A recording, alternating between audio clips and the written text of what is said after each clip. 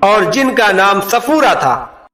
دوستو، بعض تاریخی روایتوں میں ہے کہ وہ بزرگ حضرت شعیب علیہ السلام تھے، جبکہ حضرت مولانا سیوہاروی رحمت اللہ کا کہنا ہے کہ حضرت موسیٰ علیہ السلام کے سسر جن کو قرآن مجید نے شیخ کبیر کہا ہے وہ حضرت شعیب نہ تھے۔